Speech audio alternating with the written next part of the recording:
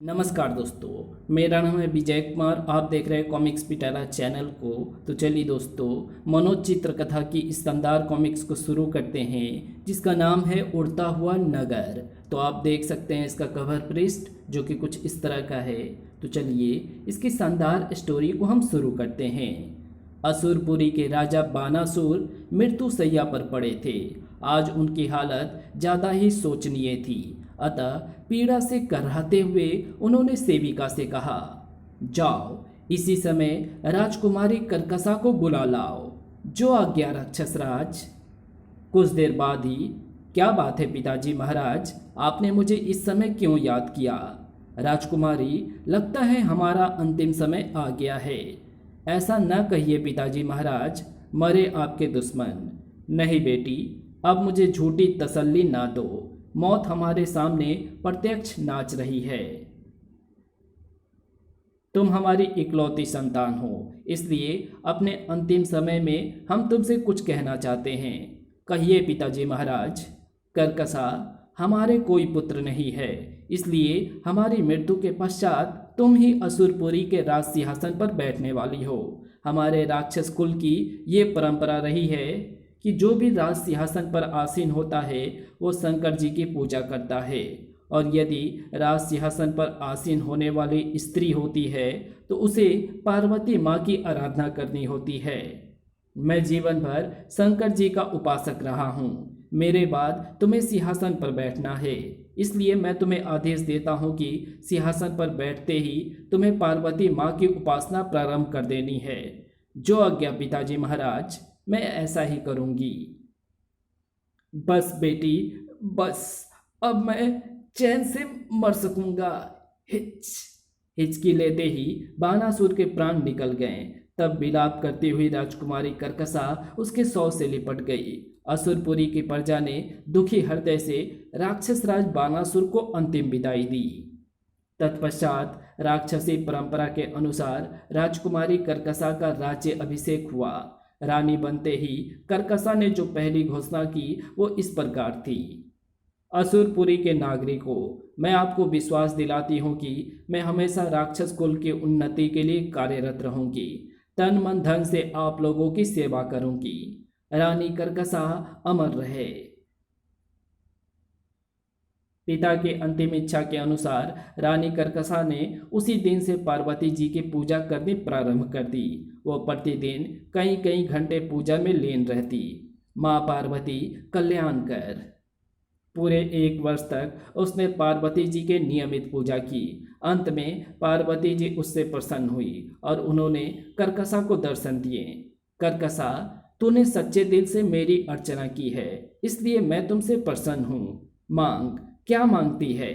माँ, मैं क्या मांगू? आपको जो भी देना है दे दीजिए। तो सुन, तू असुरपुरी पर सुख से राज करेगी। मेरा आशीर्वाद तेरे साथ है। तेरे शक्ति के आगे कोई भी नहीं ठहर पाएगा, और तू जब चाहे जहाँ भी चाहे अपने पूरे नगर को उड़ाकर ले जा सकती है। कहकर पार्वती जी अदृश्य हो गईं। पार्वती जी का वरदान पाकर कर्कशा राक्षसी घमंडी हो गई। घमंड तो 100 बुराइयों की जड़ होता है। बस कर्कशा भी मनमाने ढंग से उत्पात मचाने लगी। वो अकारण ही लोगों को सताने लगी। नीच मनुष्य, हमारी नगरी में प्रवेश करने की तेरी हिम्मत कैसे हुई? तेरी यही सजा है। आह! कर्कशा की शक्ति इतनी बढ़ गई थी कि बड़े बड़े राजा उसके नाम से थर्राते थे।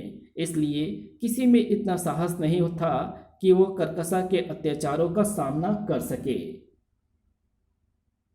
होते होते कर्कशा का साहस इतना बढ़ गया कि वो ऋषि मुनियों को भी सताने लगी। उसकी सेना के राक्षस अकारण ही आश्रमों को उजाड़ डालते। एक दिन, दूत, क्या सूचना लाए हो? रानी कर्कशा, कल प्रातः श्रृंगी ऋषि के आश्रम में विशाल यज्ञ का आयोजन होने वाला है। हम भी देखते हैं कि हमारे होते हुए श्रृंगी ऋषि यज्ञ कैसे संपन्न करते हैं। दूसरे दिन ही कर्कशा कुछ सैनिकों को साथ लेकर श्रृंगी ऋषि के आश्रम की ओर चल दी। जैसे ही वो आश्रम के समीप पहुंची ओह, हमसे पहले आश्रम में ये कौन राक्षस आ धमका है? मुझे यहीं पर चुपचाप खड़े होकर देखना चाहिए कि ये राक्षस ऋषि मुनियों के साथ कैसा व्यवहार करता है। क्यों रे मूढ़, हमारे होते हुए तू यज्ञ करने चला था। ठहर, अभी तुझे इसका मजा चखाता हूँ। इतना कहकर उसने श्रृंगी ऋषि को हवन कुंड की ओर उछाल दिया। श्रृंगी ऋषि, हम तेरी यज्ञ के हवन कुंड में आहुति दे रहे हैं। ओह अनर्थ, घोर अनर्थ! वाह, इस राक्षस ने तो कमाल ही कर दिया। श्रृंगी ऋषि हवन कुंड में गिरते ही जलकर भस्म हो गए। फिर उस राक्षस ने एक एक करके सारे ऋषि मुनियों को हवन कुंड में फेंक दिया। ओह आ तब गर्व से झूमता हुआ वो राक्षस जैसे ही वहां से जाने लगा, कौन हो तुम? तुम्हारी बहादुरी देखकर हमारी तबीयत बहुत खुश हुई। रानी कर्कसा, आप मुझे नहीं जानती, लेकिन मैं आपको जानता हूँ। आपकी जानकारी के लिए बता दूं कि आप इस समय जिस स्थान पर खड़ी हैं, इस पर मेरा अधिकार है। मैं इस वन का स्वयं घोषित राजा बालासुर हूँ। ओह, तो तुम ही बालासुर राक्षस हो? तुम्हारी बहादुरी के तो हमने बहुत चर्चे सुने हैं। राजा बालासुर, यदि दो शक्तियां आपस में मिल जाएं तो महाशक्ति का जन्म होता है। क्यों ना हम तुम आपस में मिल जाएं? तुम्हारे कहने का क्या मतलब है रानी कर्कसा? राजा बालासुर, मेरे कहने का मतलब ये है कि आप मुझसे विवाह कर लें। आप जैसे बहादुर एवं बली राक्षस से विवाह करके मैं स्वयं को गौरवान्वित महसूस करूंगी। रानी कर्कसा, मुझे आपसे विवाह करने में कोई आपत्ति नहीं है। तब आप इसी समय मेरे साथ असुरपुरी चलिए। इस निर्जन वन का राजा बने रहने में कोई लाभ नहीं है। मुझसे विवाह करके असुरपुरी के मालिक बनकर जीवन के सुख भोगना। मैं आपके साथ इसी समय चलने को तैयार हूँ। तब रानी कर्कसा बालासुर को अपने साथ लेकर असुरपुरी लौट गई। राक्षस कुल की रीति के अनुसार कर्कसा और बालासुर ने सर्वप्रथम काली मां का आशीर्वाद लिया। वहीं पर उन दोनों ने एक दूसरे के गले में वरमाला डाली। रानी कर्कसा और बालासुर के विवाह की खुशी में असुरपुरी में खूब जश्न मनाए गए। सचमुच रानी कर्कसा से विवाह करके मैंने बहुत सूझबूझ का काम किया है, वरना ऐसे सुख मेरे भाग्य में कहाँ थे। राक्षसी रानी कर्कसा का पति राक्षस बालासुर पहले ही बहुत क्रूर और मानवभक्षी था। कर्कसा से विवाह करके तो वो ज़्यादा ही उदंड हो गया। एक दिन वो परम ऋषि के आश्रम में जा पहुंचा। इस ऋषि को उठाकर ले जाऊं, आज इसे ही खाकर अपनी भूख मिटाऊंगा। ये सोचकर वो परम ऋषि की ओर बढ़ा। परम ऋषि ने आंखें खोलकर क्रोध से उसकी ओर देखा। तभी एक आश्चर्य हुआ। परम ऋषि के माथे से एक लपलपाती ज्वाला निकलकर बालासुर की ओर लपकी। ओह, ये क्या! तत्पश्चात परम ऋषि ने बालासुर को श्राप दिया, बालासुर तू इसी समय भस्म हो जा। यदि आज के बाद तुम्हारे कुल के राक्षस इस क्षेत्र के मनुष्यों या ऋषि मुनियों को परेशान करेंगे तो उसी समय अपने प्राणों से हाथ धो बैठेंगे। ये मेरा श्राप है। अगले ही क्षण मैं जला, मुझे बचाओ ऋषिवर। कुछ ही देर में बालासुर जलकर भस्म हो गया और उसके साथ आए राक्षस सैनिक भयभीत वहां से भाग खड़े हुए। असुरपुरी पहुंचकर जब उन्होंने रानी कर्कसा को बालासुर के भस्म होने की सूचना दी और उसे ऋषि के शाप की बात बताई तो चिंता में पड़ गई। ओह, अब क्या होगा? ऋषियों का दिया श्राप कभी भी व्यर्थ नहीं जाता, वो सच होकर ही रहता है। हमें अपने सारे उत्पात बंद करने होंगे। कर्कसा ने उसी समय सारे राज्य में ऐलान करवा दिया कि अब कोई भी राक्षस किसी मनुष्य या ऋषि को नहीं सताएगा। बालासुर की मृत्यु से रानी कर्कसा दुखी रहने लगी। मैं इस समय गर्भवती हूँ। राक्षस बालासुर मुझे ऐसी अवस्था में अकेला छोड़ गए। हाय, अब क्या होगा? उधर लोगों ने चैन की सांस ली। भगवान का लाख लाख शुक्र है, राक्षसों को सद्बुद्धि आ गई। राक्षसों का कोई पता नहीं, राम जाने कब वे पुनः उत्पात मचाना शुरू कर दें। श्राप के भय से अब वे कोई उत्पात नहीं मचाएंगे। दूसरी ओर जो राजा कर्कसा एवं उसके सैनिकों द्वारा सताए गए थे, उन्होंने आपस में एक सभा की। साथियों, ये तो आप लोगों को ज्ञात हो ही चुका है कि राक्षसों को परम ऋषि श्राप दे चुके हैं। कि जब भी कोई राक्षस इस क्षेत्र के मनुष्यों या ऋषि मुनियों को परेशान करेगा वो अपने प्राणों से हाथ धो बैठेगा। अतः रानी कर्कशा एवं राक्षसों से बदला लेने का ये बहुत अच्छा अवसर है। हम सभी को मिलकर असुरपुरी पर धावा बोल देना चाहिए। आप ठीक कह रहे हैं। सब राजाओं ने उसी समय अपनी अपनी सेनाओं सहित असुरपुरी पर धावा बोल दिया। यह देखकर कर्कशा को बहुत क्रोध आया। कल तक जो लोग मुझसे डरकर दूर भागते थे आज शेर बने हुए हैं, लेकिन मैं परम ऋषि के शाप के कारण इन लोगों से कुछ भी तो नहीं कह सकती। यदि मैं इस समय इन्हें मारूं तो शाप के कारण स्वयं नष्ट हो जाऊंगी। अगर युद्ध नहीं करती तो शत्रु की सेनाएं असुरपुरी को नष्ट कर देंगी। क्या करूं, क्या ना करूं, बड़ी विकट स्थिति है। तभी सहसा उसे कुछ याद आया। बहुत पहले पार्वती जी ने मुझे वरदान दिया था कि मैं जब चाहूं जहां चाहूं अपने नगर को उड़ाकर ले जा सकती हूं। क्यों ना आज उस वरदान का लाभ उठाऊं। इस समय शत्रु से बचने का यही सरल उपाय है।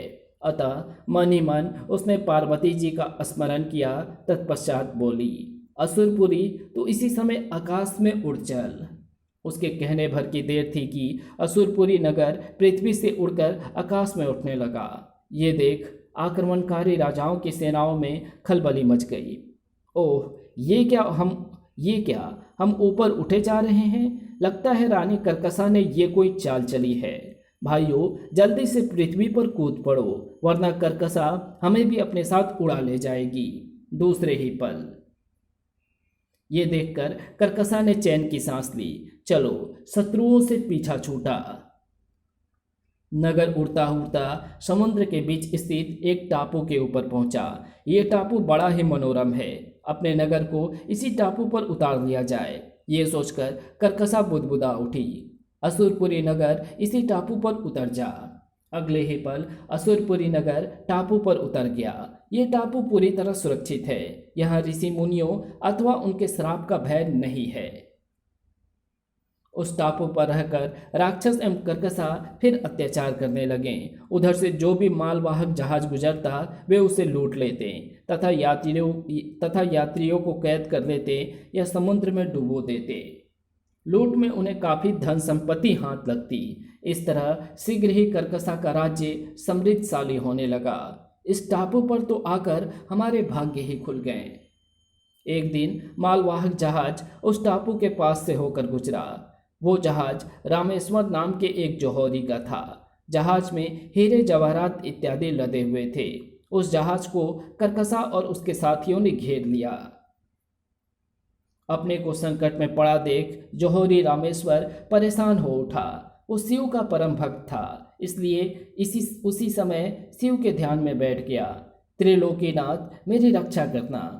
दूसरी ओर जहाज के मल्लाहों को धमकाकर राक्षस एवं कर्कशा जहाज को किनारे की ओर ले चले और जैसे ही जहाज द्वीप की तट पर लगा एक आश्चर्य हुआ। हवा में ही त्रिशूल प्रकट हुआ। अगले ही पल, हाय बचाओ, भागो। राक्षसों की चीख पुकार सुनकर जौहरी रामेश्वर का ध्यान टूटा। ये कैसी चीख पुकार है। वो उठकर बाहर आया। तभी उसके समक्ष शंकर जी प्रकट हुए। प्रभु, आप बड़े दयालु हैं। आपने संकट की घड़ी में मुझ पर बड़ी कृपा की। आपने अपना अमोघ त्रिशूल मेरी रक्षा के लिए भेजा। आप धन्य हैं भगवान रामेश्वर। आज से राक्षसों के इस नगरी में केवल धर्मात्मा ही रह सकेंगे।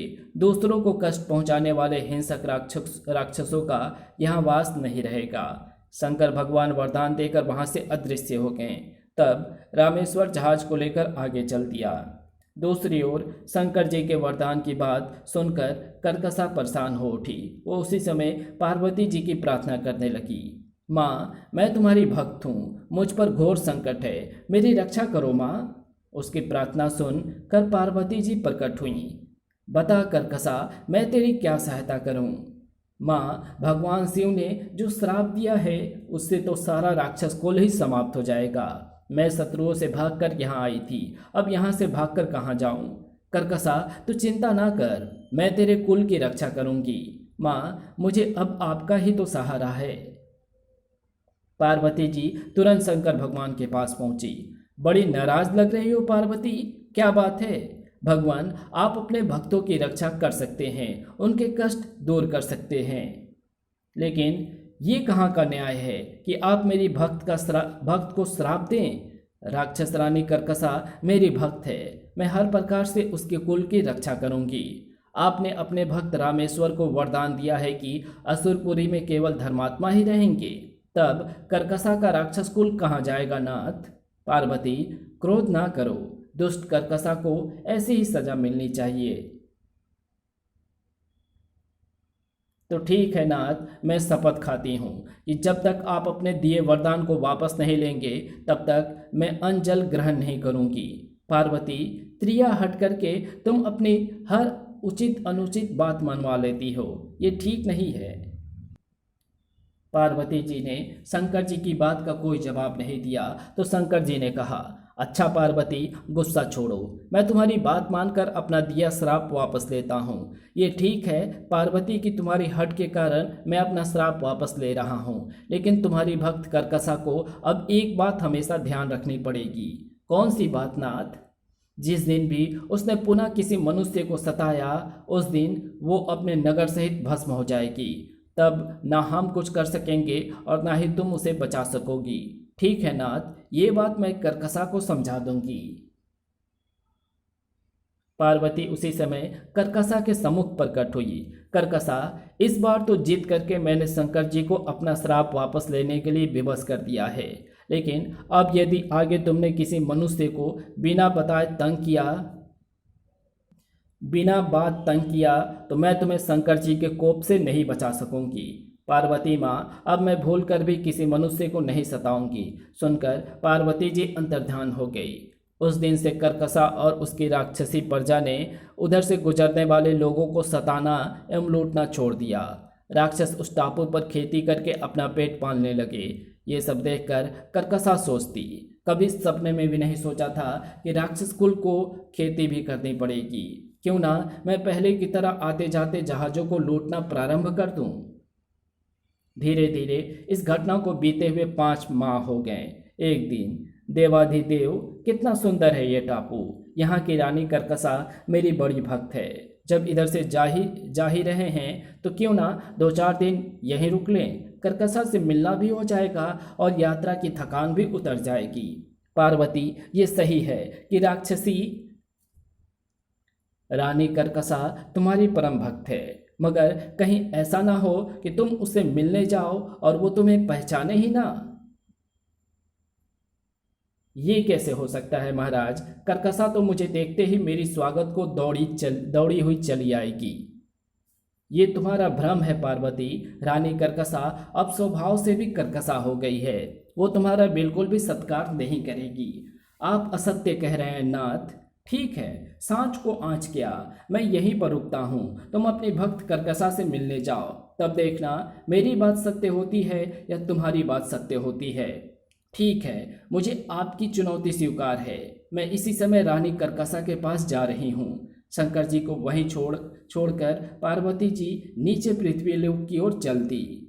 भोली पार्वती समझ रही है कि उसकी भक्त कर्कसा अपना राजसी स्वभाव छोड़ चुकी है, लेकिन उसे क्या पता कि अभी भी कर्कसा के मन में लोगों को सताने का विचार आता रहता है। पार्वती की आंखें खोलने के लिए मुझे अब अपनी माया रचनी ही पड़ेगी। अतः शंकर जी ने उसी समय कुबुद्धि को याद किया। अगले ही पल कुबुद्धि उसके समक्ष उपस्थित थी। आज्ञा दीजिए भगवान। कुबुद्धि, तुम इसी समय जाकर राक्षस रानी कर्कसा की बुद्धि पर बैठ जाओ। जो आज्ञा भगवान, मैं अभी जाती हूँ। और पार्वती जी के असुरपुरी पहुँचने से पहले ही कुबुद्धि कर्कसा के पास पहुँच गई। इससे पहले कि पार्वती जी यहाँ पहुँचे, मुझे कर्कसा के अंदर प्रविष्ट हो जाना चाहिए। अगले ही पल कुबुद्धि कर्कसा के अंदर प्रविष्ट हो गई। यही वो समय था जब पार्वती जी कर्कसा के पास पहुंची। अपने शरीर में कुबुद्धि के वास किए जाने के कारण कर्कसा उनसे बेरुखी से बोली, कहिए पार्वती जी, इतने समय बाद कैसे असुरपुरी का रास्ता कैसे भूल गई? ये कर्कसा किस सुर में बात कर रही है? क्या इसे मेरा आना अच्छा नहीं लगा? पार्वती जी सोच में पड़ गई। फिर कुछ सोच कर बोली, कर्कसा, मैं तुमसे मिलने आई हूँ। इसे संयोग ही समझो। आकाश मार्ग से शंकर जी के साथ जाते हुए इधर से गुजरना हुआ तो सोचा फिर ना जाने कब इधर से गुजरना संभव हो। लगे हाथ क्यों ना 2-4 दिन तुम्हारे पास ठहर जाएं। न न न, फिलहाल मुझे क्षमा करो पार्वती देवी। कहीं ऐसा ना हो कि कोई तुम्हारे जोगी पति शंकर जी को यहाँ देख ले और सब बाद में मिलकर मेरी हंसी उड़ाए। जितनी जल्दी हो सके तुम शंकर जी को साथ लेकर यहाँ से चली जाओ। कर्कसा की बातें सुनकर पार्वती जी के तन बदन में आग लग गई। कर्कसा, तूने मेरा और मेरे स्वामी का अपमान किया है। जा, इसी समय से तेरे राज्य पर भीषण विपत्ति मंडराने लगेगी। इतना कहकर पार्वती जी वहां से चली आई।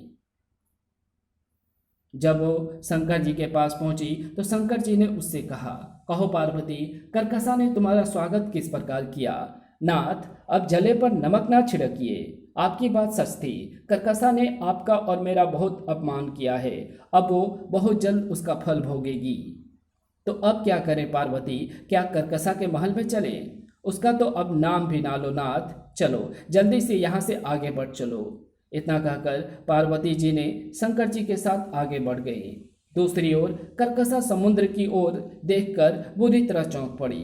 अरे आश्चर्य है, समुद्र की लहरें टापू से दूर हटती जा रही है। कुछ ही देर में टापू के चारों तरफ सूखा ही सूखा था। ये क्या अनहोनी हुई। लगता है असुरपुरी पर कोई दैवीय विपदा आने वाली है। तभी एक सेवक ने आकर उससे कहा, रानी कर्कसा, गजब हो गया। असुरपुरी के सारे जलाशय सरोवर अकस्मात ही सूख गए हैं। ओह, अब क्या होगा। पानी के बिना तो सब प्यासे मर जाएंगे। कर्कसा का सोचना गलत नहीं था। पानी के बिना सारी फसल चौपट हो गई। राक्षस एवं भूखे प्यासे जानवर तड़प तड़प कर दम तोड़ने लगे। लेकिन कर्कसा की समझ में कुछ नहीं आ रहा था। अब क्या करूं? समस्या का कोई भी हल निकलता ना देख कर्कसा को चिंताओं ने घेर लिया। एक रात जब इसी समस्या के बारे में सोचते हुए कर्कसा की आंखें लगी तो उसे स्वप्न में पार्वती जी ने दर्शन दिए। कहो कर्कसा, क्या हाल है? हाल बहुत बुरा है पार्वती माँ। मेरे राज्य पर अकाल की छाया मंडरा रही है। लोग भूखे प्यासे दम तोड़ रहे हैं। जानती हो ये सब क्यों हुआ? नहीं माँ, तो सुनो। जब मैं तुमसे मिलने तुम्हारे महल में तुम्हारे पास गई थी तो तुमने मेरा एवं शंकर जी का अपमान किया था। ये तुम उसी का फल भुगत रही हो। कर्कसा रोने लगी। माँ, मुझसे गलती हो गई, मुझे क्षमा कर दो। कर्कसा, रो नहीं। मैं तुम्हें एक बार फिर तुम्हें क्षमा किए देती हूँ, लेकिन क्षमा तुम्हें ऐसे ही नहीं मिलेगी। उसके लिए मुझे क्या करना होगा माँ? यहाँ से उत्तर दिशा में कैलाश पर्वत पर त्रिशूल एवं नंदा घुंघोटी नाम की 2 बर्फीली चोटियाँ हैं। उनमें से त्रिशूल चोटी भगवान शंकर की प्रतिरूप है तो नंदा घुंघोटी साक्षात मेरा प्रतिरूप है। इन दोनों चोटियों से निकली 2 अलग अलग जलधाराएं घाटी में मिलकर नदी का रूप ले लेती है। ठीक उसके ऊपर वाली चट्टान पर एक हवन कुंड स्थित है। उस कुंड में हवन करके जब तक तुम मुझे एवं शंकर जी को नहीं मनाएगी, मेरे श्राप से असुरपुरी में यही लीला चलती रहेगी। इतना कहते ही पार्वती जी अदृश्य हो गई और कर्कसा चौंक कर उठ बैठी। ये मैंने कैसा विचित्र सपना देखा। सपने में साक्षात पार्वती माँ ने मुझे दर्शन दिए। क्या मुझे उनके कहे अनुसार चोटियों पर जाकर हवन करना चाहिए? कुछ देर सोचने के पश्चात उसने निर्णय लिया, चोटियों पर जाकर हवन करने में हर्ज ही क्या है। क्या पता ऐसा करने से असुरपुरी पर छाई अकाल एवं सूखे की छाया हट ही जाए। ये सोचकर वो उत्तर दिशा में पैदल की ओर चल दी। दूसरी ओर शंकर जी पार्वती जी से कह रहे थे, तो पार्वती, तुमने अपने भक्त कर्कसा पर तरस खाकर उसे राज्य पर छाए संकट को दूर करने का उपाय बता ही दिया। हाँ नाथ, कर्कसा को अपने किए का पश्चाताप है, अतः वो प्रायश्चित करने के लिए कैलाश पर्वत की ओर आ रही है। पार्वती, कर्कसा को अपनी गलती का एहसास हो गया है। तुम्हारा ऐसा सोचना गलत है। उसमें अभी भी राक्षसी प्रवृत्तियां मौजूद है। ये आप क्या कह रहे हैं नाथ? कर्कसा पूरी तरह बदल गई है। ठीक है पार्वती, हम तुम्हें इस बात का प्रत्यक्ष प्रमाण देंगे। तब तो तुम्हें यकीन हो जाएगा। तब तो यकीन करना ही होगा नाथ। उधर लंबा सफर तय करके कर्कसा कैलाश पर्वत के समीप पहुंची। ओह, इतना ऊंचा पहाड़! गर्भकाल के अंतिम दिनों में मैं इस पर्वत पर कैसे चढ़ पाऊंगी? लेकिन चढ़ने के सिवा और कोई चारा भी तो नहीं है। विवश सी कर्कसा पर्वत पर चढ़ने लगी। अभी वो कुछ ही ऊंचाई पर चढ़ी थी कि उसका सांस फूल गया। दम लेने के लिए वो वहीं पर बैठ गई। तभी उसने सामने से एक वृद्ध महात्मा को आते देखा। ओह, पहाड़ पर मनुष्य! भूख से मेरी आंतें कुलबुला रही है। क्यों ना इस महात्मा को खाकर आगे बढ़ूं? सोचकर कर्कसा उठी और तेजी से महात्मा की ओर झपटी। जैसे ही वो महात्मा के समीप पहुंचकर उसके शरीर से लपटें उठने लगी। आ बचाओ! महात्मा और कोई नहीं, स्वयं शंकर भगवान थे। तुरंत ही वे अपने असली रूप में आ गए। दूसरी ओर कर्कसा का शरीर धू धू करके जल रहा था। तभी वहां पार्वती जी प्रकट हुई। वे शिकायत भरे स्वर में शंकर जी से बोली, आपने ये क्या किया नाथ? कर्कसा को भस्म क्यों कर दिया? पार्वती, तुम अब भी इस राक्षसनी का पक्ष ले रही हो। तुम अपनी आंखों से प्रत्यक्ष देख चुकी हो कि हवन करने जाते समय भी कर्कसा ने अपनी तामसी प्रवृत्ति को नहीं छोड़ा था।